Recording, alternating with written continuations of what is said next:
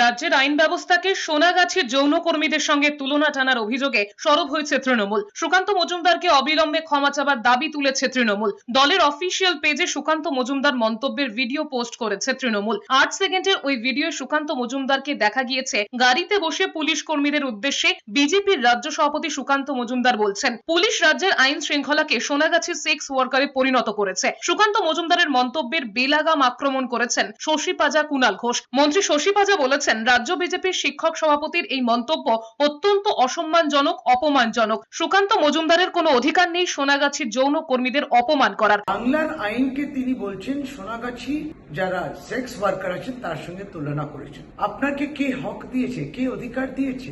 প্রতিদিন প্রতিনিয়ত ভারতীয় জনতা পার্টির আপনি সভাপতি কোন সময় বলবেন বাংলার নারীরা জেহাদি, কোন সময় বলবেন আমাদের সেক্স ওয়ার্কার্সদের আপনি অপমান করবেন। আপনাকে কে অধিকার দিয়েছে?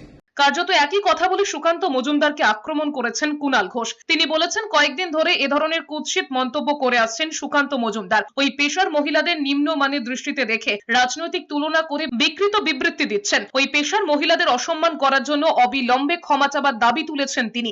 অনুব্রত মণ্ডলের কুমন্তব্যের প্রসঙ্গ টেনে তৃণমূলের খোঁচা, হে বিজেপি পোড়া মুখ কত হবে কালো, অনুব্রতে অপরাধ আর সুকান্তে ভালো।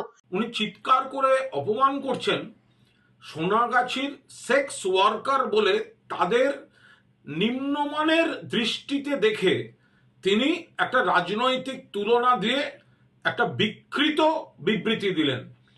ওনার এই মা বোনেদের কাছে ক্ষমা চাইতে হবে।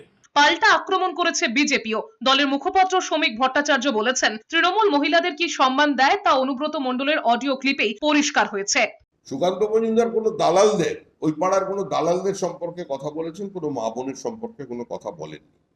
আর মহিলাদের কি চোখে তৃণমূল কংগ্রেস দেখে, অনুব্রতর বর্তমান অবস্থান দেখেই তো সেটা প্রমাণ হয়ে যাচ্ছে।